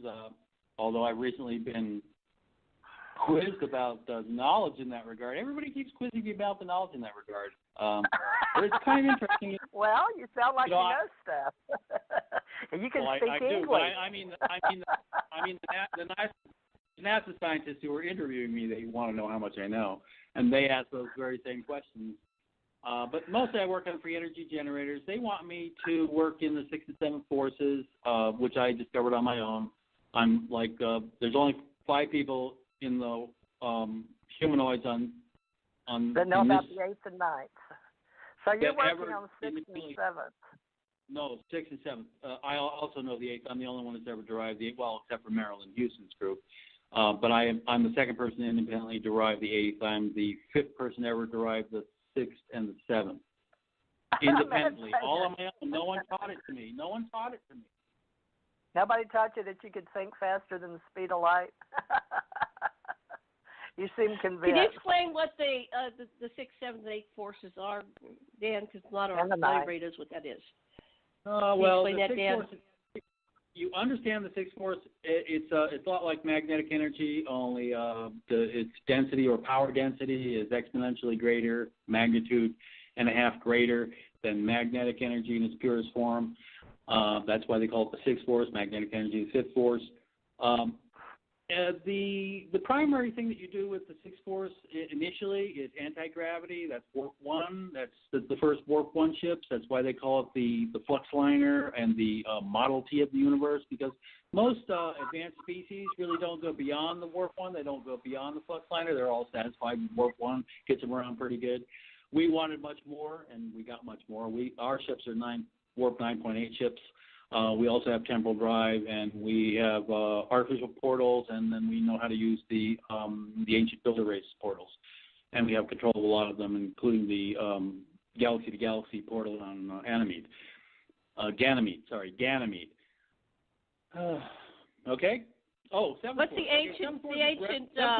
The ancient. Wait. 7 force is Wait. 7 force is Wait. Stop. Before you go too far, I didn't talk about the other forces. The ancient, what'd you say? The ancient builder race technology? Is that what you said? The ancient, yeah, they built the portals. So who was that in your cosmology? The ancient was that builders? the Anunnaki? Oh, was that the Anunnaki? Oh no, actually I don't know. You okay, know, that's you fine. That's you and Dr. Satya. You know, I don't know. That's how I didn't do that research. Okay. Okay, the 6th force is used for anti-gravity. The 6th force is also used for true cloaking. The 6th force is used for teleportation. Transporters use the 6th force. The 7th force is replicators, reclamators. You know the replicators on Star Trek. You know, you hit the button, you ask for certain food, and it makes it. The 7th force is. And Marilyn Houston, she exhibited the 7th force to you with Tom DeLonge. Tom DeLonge's description of the wafers was shown to him by Marilyn Houston, Lockheed Martin. Those are real. The wafers that he described, he said he put the penny on. They put the penny on the wafer, operated, it disappeared. Well, basically, it transmuted the matter into energy, and that's what the 7th force does. It transmutes matter into energy, and then we reform it back into a different form of matter. That's why they call it replicator. But the 7th force does many other things. Without the 7th force, we couldn't go to Warp 9.8 and does many, many other things. It's an awesome force. And it is, I think, 3 magnitudes greater than the 6th force in power density. It's even more powerful than 6. The Secret Space Program personnel, all of their equipment operates the 6th and 7th force. They don't use electricity anymore. It's so antiquated, you know. No advanced civilization uses it. Are you there? I can give you a hint on the 8th and 9th. One is immortal and one isn't. One's soul. No, there's no 9th. There's only 8 forces. There's no 9th. Then you're not spiritual. You don't believe in the 9th. Oh, no, so you're talking about something different. In order to be immortal, you're talking about something different. Immortal, you can't, unless you can prove how to create something right now as life. That's why spirit is so important, the soul. The 9th is real. We don't call the 9th, we don't call spiritual entity or consciousness a force because it's not energy. That's why we don't call it a force. Consciousness and spiritual. God said it real was a power that's in me. So the children are born through him. He gives birth to them. So he creates. See, that's what they don't know. And the ninth correct. is. You're all correct. So that's immortal. No, correct. Correct. And the spirit beings all know about this. They teach this. Well, yeah. Why do you say it's not? Any advanced civilization clearly knows there's a God. One God. Every advanced civilization knows this. So you're saying that ninth is God? No, the ninth is spiritual. You're the ninth force. It's not a force. It's That's not energy. The child. That's the child. Spirit is not energy. Spirit is I still life. Can't it's conscious. It's not energy. Yes, it's immortal. You are immortal. Well, anyway, we're in the space, in the metaphysical industry. How's that? I don't know, because I thought science was spiritual science. I never knew that they were separate. I had to learn spirit science on the planet, okay? So everything was in eighths and ninths in the reverence of the God source. And to me, source was force, like may the force be with you. I'm getting all movies. I'm trying to find a way to talk to you, Dan. So TJ, let me ask you, TJ, based on what the soul is not energy. It's not matter and it's not energy. It's different. That's why we don't call it a force. It's the essence. Well, we're still finding a way to talk. Because in the spiritual science of metaphysics, there's still the eighth and ninth, and in the beginning was the Word, and the Word was without form, and the form was with God, and God was the Word. So the Word is. So you tell me how to say that in your language. I don't know. I don't teach. I'm not a guru, but I didn't come here looking for disciples. Can you hear me? Can either of you hear me? I can hear you now. Okay. I wanted to ask a question. Yeah. Okay. So I don't want to get too much into religion. But yeah, we're just saying that it's because we get bogged down in that, and that's an endless. That's just an endless. No, I'm just asking him to explain it to me. I don't care. I'm not debating. I don't give a. I don't care. Dan is a scientist. Dan is a scientist, and he's dealing with the eight forces that he's discovered and the government's discovered in Maryland, Houston, from what was her company that she's the head of, the CEO of what? Lockheed Martin, President, Lockheed CEO, Martin, right? And chairman of the board, all three. All three. What about chairman of the board? So I wanted to ask you, TJ, but don't worry about it. I wanted to ask you, TJ, about. I want to ask you, when you were on board your ship that was outside of Mars and you went with us to it, and then you said you went into the room, and then there were clothes that were there, and it's like they knew your thoughts, and they created the room for the style that you would want it to be, and everything was there to your taste, and then they beamed you up, and they replicated it there. So you explained that in your book. Is that a true story? Or was that, well, anyway, I think it's. Oh, that's true. It's all possible. It's yes. It's true. Yes. Yeah, of course it's true. We can do that now. Were you exposed to the technology? We're talking about the replicator technology, where you could just think it would manifest. Yeah. So they're not using electricity. Everything in this reality is exactly what I use. It's all it's the same. It's just, I've in this reality been able to, when I was a little girl, I could take my hand and put it through a wood table, but I couldn't tell you how to do it. But I saw the molecules. It was a lesson I learned. So they just told me, don't worry about it. They're just teaching me lessons. But I've learned a lot of things that if I just went to my normal school, they couldn't do it. So I just know how to do things, and that's why I'm amazed, because the only power that I knew was through the God force and the immortal, like, may the force be with you. So to me, the eighth and ninth is very powerful. But they haven't learned how to do, they can't even make people yet, so I'm not worried. It'll be a while. So once they know how to make real Father Trismegistus, then we can talk. Right now, they're still working on bilateral and trilateral and point of origin. Well, so they're doing clones, in genetic experimentation. So let's go back to this level. I like the horses. I like the clone horses. Let's look at this level here, right here, that we're talking about, because if there's higher levels and there's lower levels. But right now, we're talking about the secret space program level, and how. So with your vision, Dan, of saving, these inventions, these technologies, the green energy systems will actually reverse the current situation where we're dying from exposure to these chemicals, and which is gradually making our environment toxic. And someday we're going to wake up and we'll be able to breathe because there's supposed to be a critical level. Did they win that suit over there? Wait, I'm asking a question. Wait, okay. My turn. So then you get to ask a question. So I want Dan to please explain. So if these inventions come forth, and so it appears that, correct me if I'm wrong, but they're working to do this over in Huntsville. They want to go into the renewable energy, free energy systems, correct? Is that, yes. Do I have the correct?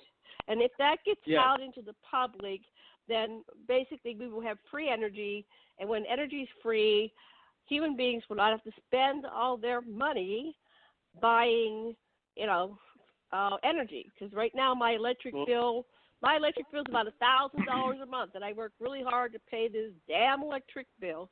So then that'll be free. I'll have an extra $1,000 a month in my pocket. What will I do? 5 and 6G. Have you seen the new stuff in 0 point energy? So let Dan explain that. Like, how will this change? How will this change the world?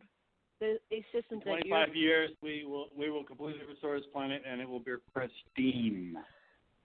It'll be pristine in 25 years. What will happen in between? How long will it take to be? So everything comes down. If we started right away, like if by 2020. It takes between 5 to 10 years. 5 years for the easier technology, 10 years for the more difficult ones. But the basic technology that we need to restore the planet to its pristine within 5 years, and then 25 years after that, we'll have a pristine planet. Right. And then how will that balance us economically? Because right now it's pretty top-heavy. The power of these Illuminati Dracos have all the money, and all the rest of us are poor, and there's no middle class anymore. So how will that balance that? Program. They're doing the financial reset, and the first experiment is being done in Alaska, believe it or not, where they're handing out $1,000 a month to anybody that wants it. Oh, okay. So they have an optional. Do you want $1,000 a month? That's just part of the financial reset. Debt forgiveness is the other part, and then $1,000 a month, no questions asked is the other part. That's the basics of the financial reset. Excellent. Okay. And so you've been, I don't know what I can tell or not tell about your involvement in this. You said you're reinventing it. And so how's that going? I guess I'll just leave it open-ended. How's that going? Yeah. Well, I'm still not working yet on these things, so I can't, that's not good. But, we'll see. I'm telling you, I'm not working yet. So, meaning I'm not employed, not working with other scientists, and we're not building these things yet. They're talking, we're negotiating, but that's not the same. Right. Do you think it might be another stall tactic, or are they sincere? And then I'll pass the talking stick back to you. Could be a stall tactic. Yeah. Okay. What was your question, TJ? Go ahead. Your turn.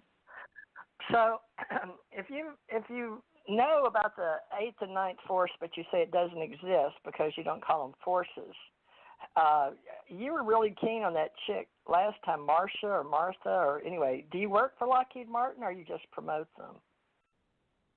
Oh no! No. Well, I never worked for Lockheed Martin, and I don't promote them. Well, what about Raytheon? Yes or no? No Raytheon neither. I don't work for Raytheon, but I know a lot about Raytheon. I know a lot about Lockheed Martin. Well, tell me about Raytheon, because I know absolutely nothing. Those are secret space program corporations. Well, that's what I thought. I wanted to hear you say it. Yay! One for me. Absolutely. Marilyn Houston heads the women's faction of the Secret Space Program Committee of 200. She heads the faction of women in that committee. She also heads the most progressive faction in that committee that wants disclosure. However, they're not the major factions in the committee. Go figure. Well, but there are many planets that are ruled. There are many planets that are ruled by women, which is why the Secret Space Program personnel allow women to rule. What about balance? That's the way they think about it. That's the way they think about it. As far as I'm concerned, Marilyn Houston should be in charge of the whole program. Yeah. Well, that sounds like politics. They don't have anything to do with Project UNESCO, the National Endowment for Humanities, or any other institutions? No. By chance? Other than infiltrate, control the narrative. Through UNESCO or just anybody? They infiltrate all organizations, all of them. I know how they do it. Rocco told me. Who would you call them then? Because is there you said dark side. Is there a light and dark, like in yin yang, or positive, negative, or light? The reason they called us Dark Fleet is because we wore black uniforms. That was our dress code. Our dress codes were black uniforms because the Nazis loved black, but the Japanese did too. So black was what they called Dark Fleet because we all wore black. Those were our dress uniforms. If you look, you'll see the Nazis didn't. That wasn't their real uniforms or khaki uniforms.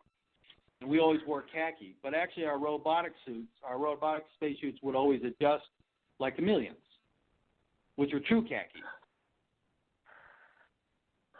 So, TJ, Raytheon was in control of Johnson Atoll off and on the entire time it was a chemical. They disposed of the chemical weapons of the world. So it kept going back and forth. They were the primary ones that managed. Is that the group that I just remember back in the day, way back in the 80s, that there was this thing going on out at Area 51, Papoose Lake, whatever you want to call it, Groom Lake, Papoose. Anyway, you know what I'm talking about. John Lear country. How's that? You remember John Lear, MUFON, anybody? Okay, so Bob Lazar land. How's that? I just put in some fancy names here. Drop some names because I like them. I think Lear and Lazar are good guys. But anyway. Lazar. Yeah, so remember when a lot of people got sick out there and there was a big thing about the lawsuit? Dan, did you get to work on that at all or anything? Or no. I just lost track of what you're talking about. What's our subject? Raytheon and the chemicals you said at anyway, let's stay on track. We're getting off topic. Well, chemicals in UFO secret space. What are they doing with the chemicals? Oh, they're done with that. They've closed it. They closed it off officially. There's people that have been on the island. They were turning it to a bird sanctuary, but underneath there's actually 13 floors down. I've had some whistleblowers. There's one that's on his deathbed that confirmed what's underneath Johnson Atoll.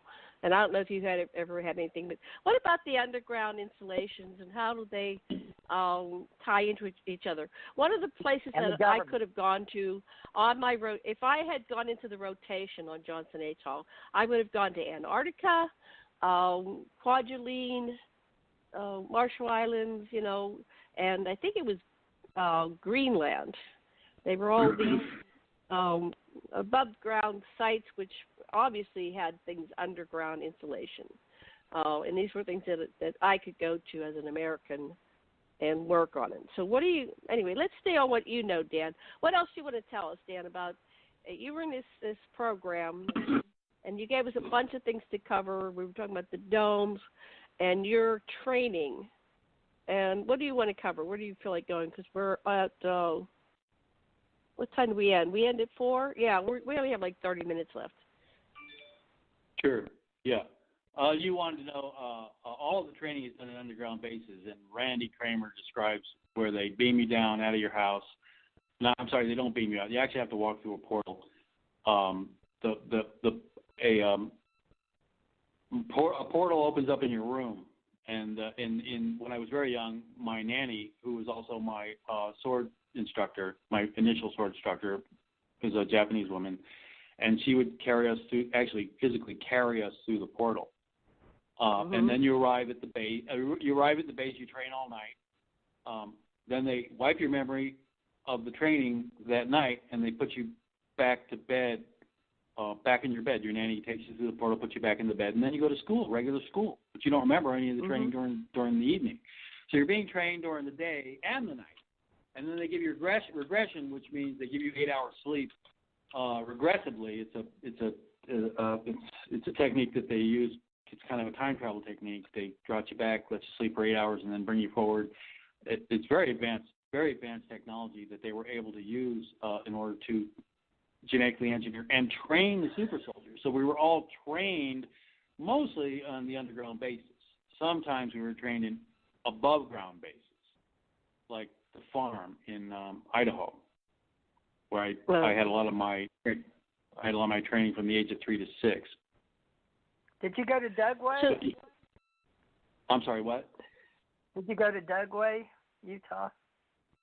Dugway. No.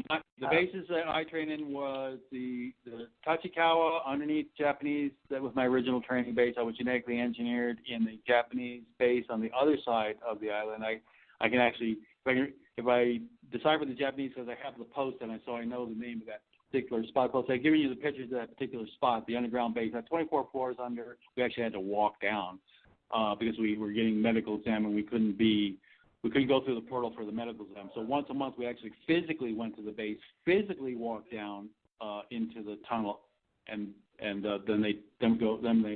we take a ride on a rail to the different labs, and that's where we were examined, and then we returned and we walked back up, and so that was the two underground bases in Japan. That's where I was genetically engineered and trained. 2 underground bases in Japan, and then submarines went from that underground base directly to the Samson Air Force Base, the underground Samson Naval Base. Most of these bases are all approached by submarines. Did you use any computer systems in your future takeaways? Oh yeah. We operated computers right away from the age of 3 and 4. We were operating computers and heavy equipment. It was part of the training. Did you use live you have to be able to pilot craft. Super soldiers are taught how to pilot craft, how to operate all kinds of weapons from the age of 3 on. Well, tell me about the portal travel. How you integrating with the portal, because there's on and off artificial portal is different than the ancient builder race portal. The ancient builders put physical portals that connected all of the wormholes. There's a wormhole from every planet to the sun, and from every sun to every sun. And the ancient builder race learned how to access those wormholes with technology. And these are actually spears. They're not gates. It's not Stargate. Stargate's very accurate, except that it's not a gate. They couldn't really build an actual portal. It wasn't as presentable as a circular ring, walking through a ring. You actually walk inside the spear on a platform, and then the force goes out, and then when it comes back in, the 7th force, 6th force releases 7th. Anyway, the 7th force goes out, and then when it comes back in, it takes you with it right through the wormhole, and then from the portal wormhole to the sun, and then from the sun's wormhole to another sun, and then to the planet in that solar system. And so all the gates are connected. It's very much like Stargate. The gate address is everything. The original portal rooms were called arches because there was a big arch that you walk through to get into the room, to walk into the actual portal itself, which is really a spear that you step inside. Well, they're using it in today's technology in space and in cyberspace with the virtual reality. Well, so people will know the difference. From studying the ancient portals, we were able to build artificial portals. I mean, we were able to build our own, and they could actually open up an artificial portal in your room, in your bedroom, and then you walk through that. Are you doing anything in VR now? I'm sorry. Go ahead. I was going to ask you, are you doing? Or are you doing anything in virtual reality now to help humanity in VR? Yeah, I invent free energy generators, engines, and motors. I know, but in the one and that I'm going to get them manufactured. I mean, inside virtual reality. You know, inside reality, inside reality, inside reality. We're not doing the virtual reality. We're doing this we reality. are. But this is the virtual reality. Well, right now we're doing virtual reality. Yeah, we're not doing any kind of game. Virtual reality society. It's not a so game. What's behind the it's question? Real. It's real. If you've been through the portal, we're painting this pictures is with reality. our minds. We're painting pictures with this radio. I know. So what's your question, TJ? I just said. I asked him virtual reality. What is he doing in this is VR. He's on the radio. With us, the radio is in virtual reality. Come on. So that's what we're virtual doing. Reality inside virtual reality. I was asking him, once you've been through the portal, generating high-end virtual reality, improving in humanity with the new virtual reality. Because right now the computer has generated a reality inside a reality when we call it virtual. But both are reality, virtual reality and the natural. So we've got to get real, just like we're in a human box somewhere. By the way, where is your container? Are you in Washington or L.A.? Where's your human container, Niten? I'm in Yucca Valley, which is near Palm Springs, 29 Palm Springs Base. So what I'm asking you is how can you help people that are trying to get to the next side of this virtual reality inside the virtual reality that's been created that comes in the future, but it's natural. But at the same time, we have a new definition of both virtual and virtual reality together in the center of the action. Because if you're still here in 3D form and you're talking about portals, you have to understand that virtual reality is the ultimate goal for virtual reality, and we are in virtual reality.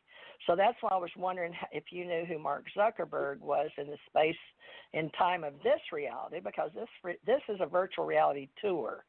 You're on a tour, just like you're on the radio show with me, right? Because we're showing up and saying we're showing up with our voice in the virtual reality game, but we're literally in a virtual reality. It's the Russian dolls. So we're in 7 levels of universal intelligence right now. And you don't have to take my word for it. You'll figure it out for yourself. That's called group activity. We need something to do. It's called cooperation. So are you helping anybody with the 0-point energy in virtual reality inside the virtual reality, which we now call virtual reality entertainment? Because that's what me and Janet and you provide. We're providing virtual reality entertainment via radio right now. So are you working with anybody? No. I'm building cars and trucks and motorcycles and jets that operate for 30 years without having to be refueled or recharged. Well, the portals all work in virtual reality with a controller or with virtual feeds. So if you're using them or have used them, I don't understand why you're not immersive in the environment of this reality that we work in. Virtual reality, because I'm looking for people. Anyway, I'm not. Dan's I'm doing looking his for part people of that are at that level. He's doing his piece. Which is like a 3D thing, helping us go into this Star Trekian reality, where we're going past this dark matrix where we kill most of us. We kill everybody. Everybody dies. But then, not everybody does. It's not between birth and death, we die, and that's the game. The current game is that, but that's a game, and that's the reality that the humans that are listening to this radio believe. They believe they die, and your daughter believes she died. People die. So what we're hoping to do is we're hoping to take it to the next level where we have extreme longevity, we have energy systems, we can go out to the cosmos, we can interact with the extraterrestrials, we can trade freely. They have to believe in mortality first. Nobody has to believe in anything. I'm just saying the people that I deal with when I get off the phone with is here. Please, let's just talk one at a time. You asked me a question, I'm answering it. As I deal with the people, when I get off the phone here and I answer my front door, I'll be talking to people that believe that they're going to die somewhere between now and 110 years old, right? Most of the people you encounter when you go down to the Walmart, that's who they believe that.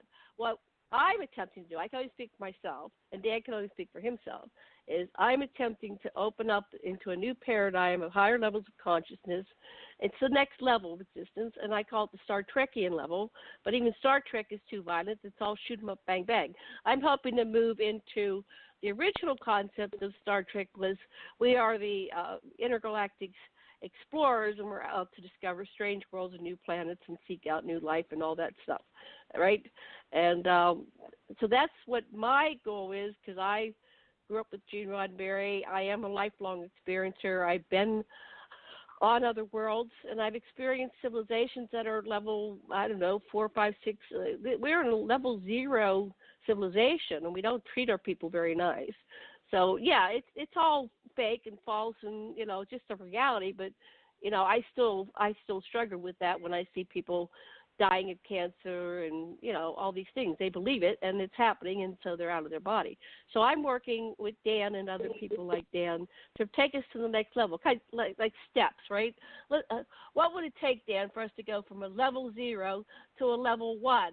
And then how fast would we go from a level 1 to a 2, 3, 4, 5, and 6? So I've talked to Dan, and John Titor said he visits level 6 civilizations. So that's what my answer is. Ninth. Okay, so go ahead, Dan. Your turn. Yes, go ahead. Oh, what do you work? What is 8th level? The very minimum level of an advanced society is completely restoring your planet to a pristine condition and freeing everybody from economic slavery. Yes. That's the beginning, the very, very beginning. Well, what about the UFO Secret Space Command? What part would you say, if you seem to know where or have a database on location for me, and I gave you one because of Beta and Alpha Andromeda. Let's just say I hang out there, and I'm fine with that. But can you help us make a virtual reality? Do you do anything to do with? I don't know how we're going to do this. Creating a portal inside virtual reality, because I was in Pegasus Project, and that was time travel with the portal. TJ, let me stop you. See, you keep getting the two mixed up. What I do now is I'm a physicist. What I did in the secret space program is I killed people. I was a warrior. I didn't invent anything when I was there, and I was the best of the best at killing people. Okay. Oh, you and my husband. All right, he did too. He was a killer. For the United States. Well, I didn't. I'm more about communication and VR and getting people to understand the 9th level consciousness. So, theory of everything with, Lazar and Irvin Laszlo and Tom Campbell and, people like that. So that wasn't me. Was that you? Oh, so how can we play together? Yeah, that was weird. So is there any way we can play together, Dan, in the future, or are you just tied up in 3D reality? I do teach spiritual life to a few people, but it's a personal thing. You'd have to come and hang with me personally. No. Okay. Well, all right. Well, I started the UFO Association today, but I put you under alien contact work because that's the one I started with Janet, so I hope that's okay. So I'll let off with alien contact work, but today I've got UFO Association, and then I've got a group, but it's all social media groups. They're all free out there. Okay, what level are you playing in then, TJ? You asked the question. So VR. So I'm playing in the 9th level, the 9th level, and that confuses people because they don't understand. Yeah. So Dan understands the 8th level, right, Dan? So yeah, well, the 9th level. You're evoking the 9th level, and you're saying that's a level beyond death, or where souls come in, cloning, right? So, yes, a little bit past cloning. Okay. So how, I don't understand, maybe you could break it down for me because I'm pretty stupid. I don't understand what you're meaning about virtual reality and what, I mean, you said a bunch of words and I just got lost. So I want to break it down. Yeah, what are you doing? Dan, to do connect you follow the 9th Neil level deGrasse and this level? Everybody's gone to that level. They're playing at a different level than you two are playing. So I don't understand why y'all aren't doing it. It just makes me concerned that if y'all aren't playing at that level, why not? Well, okay, explain that level. Explain that level. How are you playing at that level? It's quantum. How are you playing at the quantum level? Because I came to this level from that level. I'm come from the ninth down to this level. And so in order to do that, you've got to figure out how to be in a 3D form. And the only people that are down here at this level are returning. So it was like you playing with Rick Allen Miller, a bodhisattva. But yet he was CIA because he was discovered as a child. So I get that, right? And Dan. And so Dan's saying that y'all are playing at some creation y'all are making together in some reality you're creating. It's like writing a book together or something. I'm not sure what you're doing together. And that's okay because you and I are writing a book. But the stuff we're putting together is in VR inside VR, right? So we have to come to a conclusion of how we can connect the library above the Akashic field. So the people that are connecting step to one. When you go too far down the road, you confuse yourself. Just allow. It's not the end result. It's the journey. Enjoy the journey, TJ. Enjoy the journey, because that's called life. Life is it. Enjoy the journey. When you get too far down, you're predicting things that are, you get. You're not in the now. Well, be here now. Be in the now. And just be here. So we're on the radio show. And we're here now. And we're creating we have a bunch of people are reality. Listening us, and we're calling it virtual reality. And so, what do you want to tell the people now that will make their lives better in this moment? What can we do? So Dan said he. Let me just bring it back for the home run here. So Dan said he is here to free humanity by creating an energy system which will make electricity obsolete, and the cars will be reverse engineered. What's that? I can't. Wait. I can't. I'm just saying.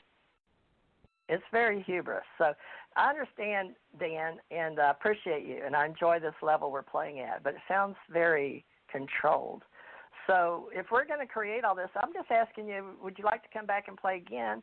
And we can all be a part of something. So I was trying to figure out, were you alien contact org or not? Or did I lose you? Let's see. Can you hear me? I'm not an alien. I'm not an alien or an alien contactee. I was a super soldier. Oh. Okay, super soldier. Okay. I fought for the United States in battle, in combat for 20 years. Yeah. So I out there, all trying to bring together your reality as a super soldier. Can you hear me? I don't understand what's going on. I'm back. There she is. Okay, good. Janet, I think I understand now. I think I understand now. So you were born, this is how we started off, and we might as well end the show with this then.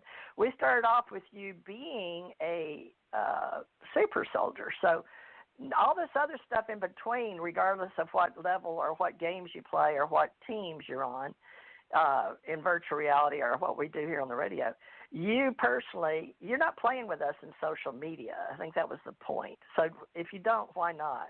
I don't know. Did I lose Janet again? Who's this? This must be... I'm here. Ahmad's Ahmad, are you helping? I'm here. Me? Maybe Ahmad's here. Is this you, Ahmad? Yeah, it is. It's me. I couldn't help good. it. Y'all are doing such a good show, I had to call in and tell you. I love Ahmad. I'm here. Can you hear me? So, Ahmad, what do you want to say to Dan while you're here? Yeah. I didn't know I was being rejected by. I didn't know I was being rejected by the exopolitical community. I'm shocked to hear that. I don't think you are. Completely done. I don't think you're being rejected. Can you hear me? He said I wasn't playing. No, I don't understand what she's saying. No. You're playing great. You're that's what I said. Let's go back to Super Soldier. You're playing a game, and no, you're not rejected. Oh no, you're very nice. I know your voice. I know you. You know, Ahmad, help me out here. You know what I'm trying to do. Ahmad was one of my very first friends out in space. Ahmad, help me out here. We don't reject anybody, well, unless they don't use their real name and try to control all my UFO groups and their girl. But other than that, yeah, I did reject somebody, but she rejected herself. She blocked me, I think. But Ahmad, help me out here. This is a creation, but we're all trying to pull together, help each other in a dialogue. And Ahmad's writing his own book, so we can be characters in his book. Well, believe it or not, I pull aspects from everybody I know in order to create characters. See, I told you all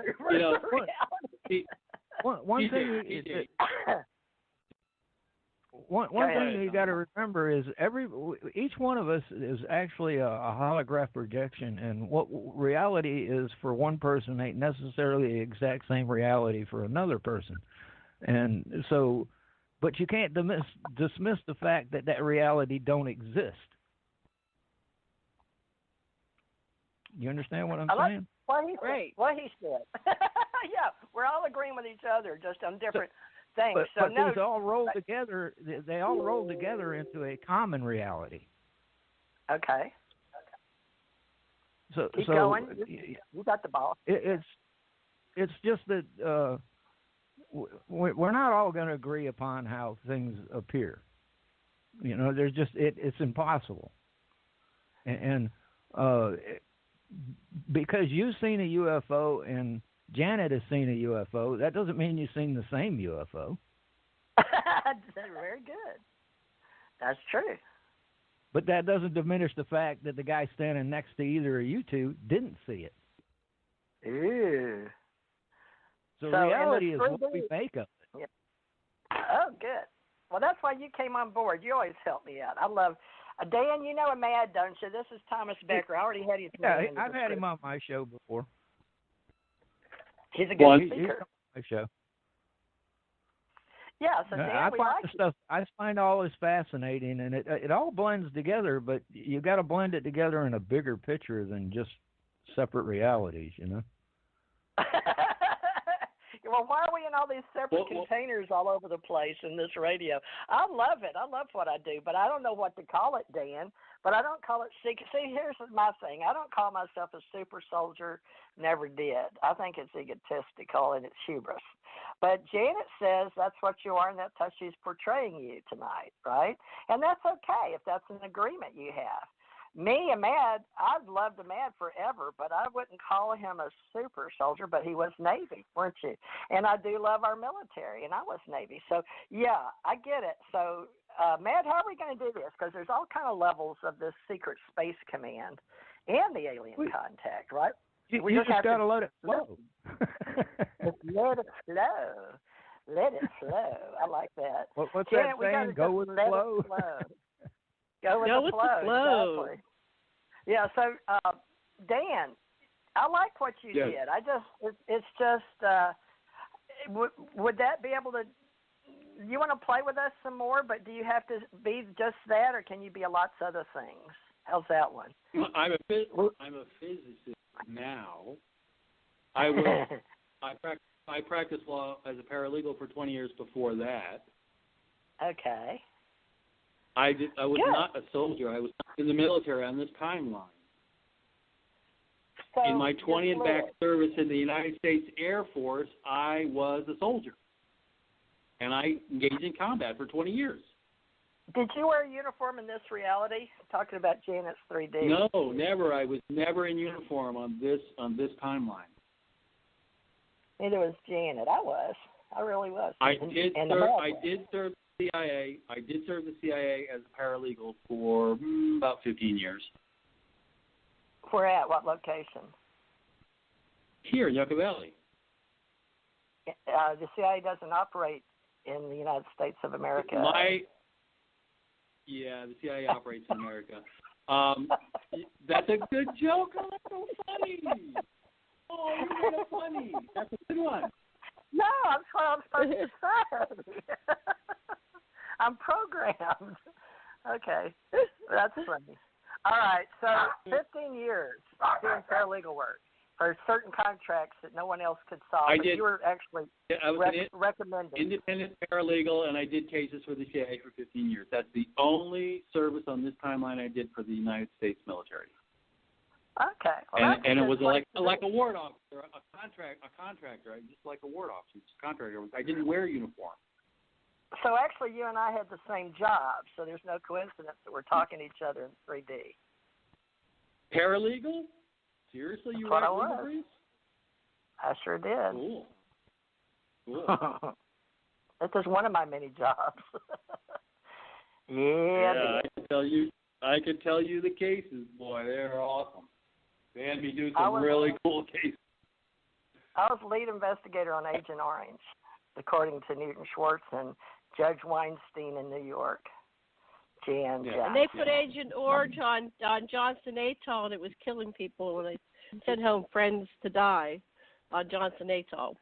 So we have a connection. And I was an almost paralegal, but I wasn't any good. Dan was good. I wasn't any good. I was like, it's not my forte. So, okay, so we're running out of time here, but we could probably go 15 minutes longer and just cut it down, on our own editors afterwards. But where do we want to go to wrap this up? Dan, come back. Dan will come back anytime I call him because we love Dan. Tomorrow night. Oh, you need him tomorrow night? Dan, are you available tomorrow night? Or are you busy? If you're busy, it's okay. No.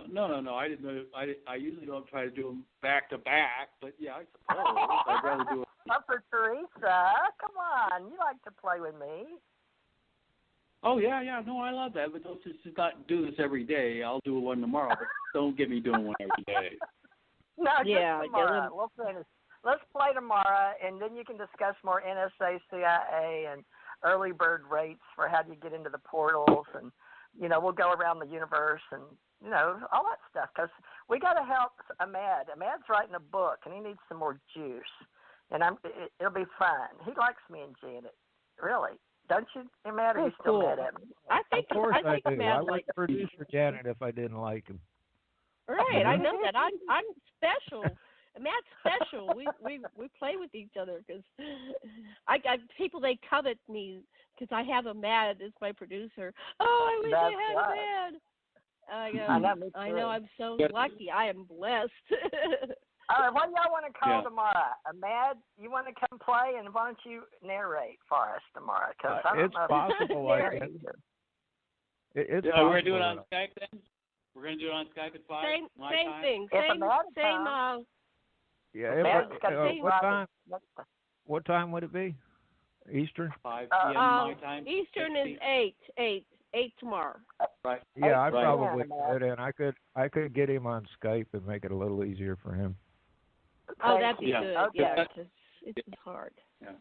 And can you produce next week too for Russ Kellett that wants to be out of UK? Yeah, you just have to remind me. I get so busy and I don't pay much attention, and sometimes the station gets in my way. And yeah, we don't give Matt much of a life outside of radio. That's all he does. All right. Well, no, I've been doing a lot of writing lately, and that's been occupying my time. And I'm glad you got that done. Yeah. I've been trying to get I told done. PJ this year I was going to put out several books, and I'm fixing to put out the first one here shortly. Okay. I got to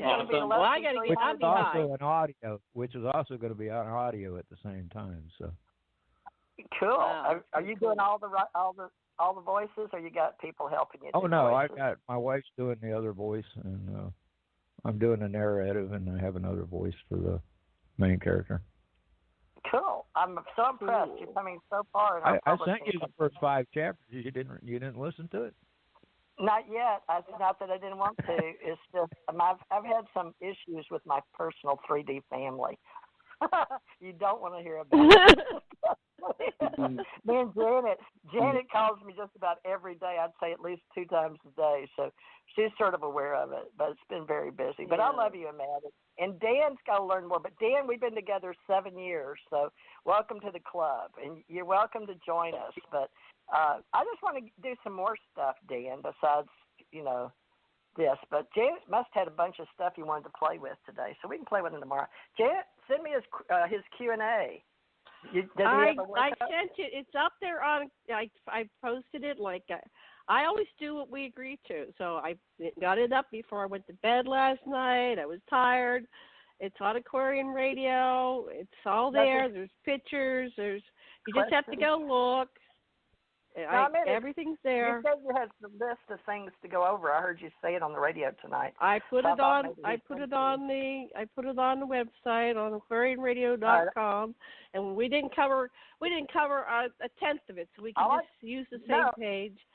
Do part two. All I covered was his Japanese stuff on the first thingy. So, okay, Dan, so far we got you are a genetically engineered Japanese scientist in 52 super soldier paragraph. So from 55 to 70. So we'll cover anything after the second paragraph that Janet had tomorrow night, if that helps you. So it must be a lot. So that's all we got, just Dan. Go look at it. Okay, I'll go look. Everybody go look at it. There's a huge amount of material. Huge. All right, well, just get ready, it's folks. It's huge. When Janet likes to cover people, she really covers people. All right, well, we'll start again playing tomorrow. I want to talk about, TJ, I want to talk about the issues, but I got so lost when you were talking about the virtual reality and, the reality within reality. Just like, that's your old thing. It was like, it was just a bunch of, it was just a bunch of words and it got jumbled. And that's what brought me into the... That's what brought me to the quantums part, because this is reality is different slightly to each one of us, Right. And how we project this quantum reality in front of our eyes it's actually coming from inside each of our brains. Dr. Miller. Y'all know Dr. Yeah, I understand, but I thought you wanted a certain answer, and we weren't answering the way you wanted it. No. You asked me about the stuff on the ship, and the answer is yes. You cornered me. And that's Richard Allen corner me, and I didn't do it with Allen Miller. Corner you. This was in your book. I know, in your book. I was just asking you because I was curious, because you said you were on the ship and you experienced the replicator, and I just wondered if that was. But you actually experienced a different level. I told you. I woke up to my microwave. I woke up to my microwave in this reality and order something and get pissed because it doesn't do it. So, yeah, I have a real messed up reality in 3D. So, yeah. Well, you might be tapping into other realities at the same time, too. See? You think? Exactly. That's my problem. I'm a bilocator empath precog. This is why reality isn't exactly perfectly the same for each and every one of us. Each person. I've been on craft. Let me just summarize this. I have been on craft that they were created by our group mind for the purpose of the gathering, and once we left it dissolved into nothingness again. So that's the level I've been of creation, of co-creation. So you could have actually been on the exact same planet that he was on, where he was in a war, where at the same time you were there, it was peaceful. Right. Well, so anyway, it's all in your mind. We're all making this up. Oh, okay. Well, Ahmad must be helping us with our many levels of reality, because there's a lot of timelines going on here. But see, I have that problem every day when I wake up and don't know what world I'm in or where I've just been, because that world's just as real as this one. So I wake up and go, you're not the only one, believe me. And you're having bleed-throughs from your other cells. Yeah, that's probably what's going on. You're having bleed-overs. Yeah, exactly. I have that too. And then you asked me to call you first thing in the morning, and I'm still bilocating. It's like, oh, shit, you've been awake for 6 hours. I'm trying to call you. I'm not here yet. Lewis Carroll said it could be that piece of meatloaf that didn't quite digest right. That's right. Well, that could be. Well, let's look at all that.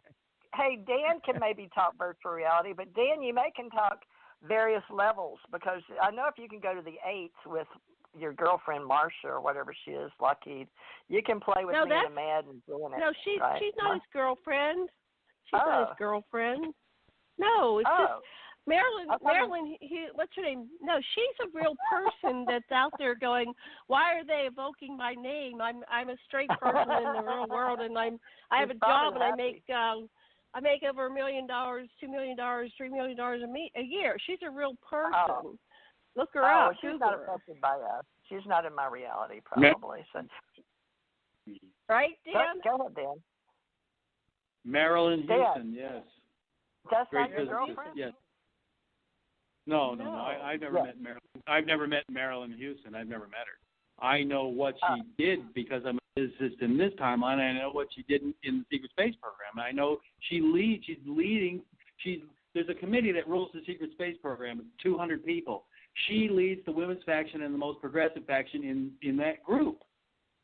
She's a major player in the secret space program. She probably saved humanity by bringing the spirit beings here. She wants to play in Lockheed, but she's just a paid personnel person. No, she rules Lockheed Martin. She rules part of the secret space program. Well, Lockheed Martin is a front for the secret space program. It's a faction. She rules senior citizens in the 3D form. Is that what you're saying? She rules 3D citizens. Yep. Right here. Yeah.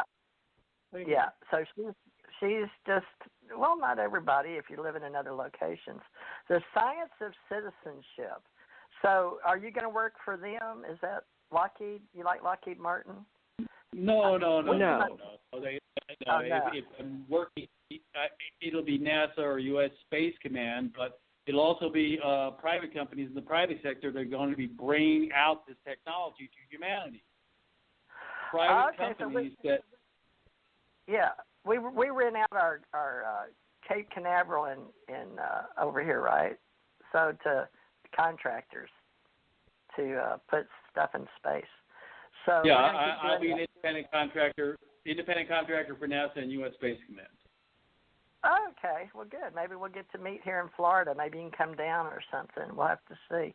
All right, well, I look forward to whatever you're going to create with all of this. But let's play some more tomorrow, and we'll play with some of your stuff, and then let's play with all the levels. And Ahmad can come back. And Ahmad, that's good. Okay, we'll be back tomorrow. Okay, that'll be great. Is that okay, Dan? You said yes. Ahmad said yes. Yeah, I'll see you guys tomorrow. But I gotta go. I gotta get a drink. Yeah. Right. Okay. Bye. Gotta go drain the lizard. See you tomorrow. Right, Same guys. channel. Okay. Bye. I love you, Bye. everybody. Bye. Thank you, Janet. See you tomorrow. Yes.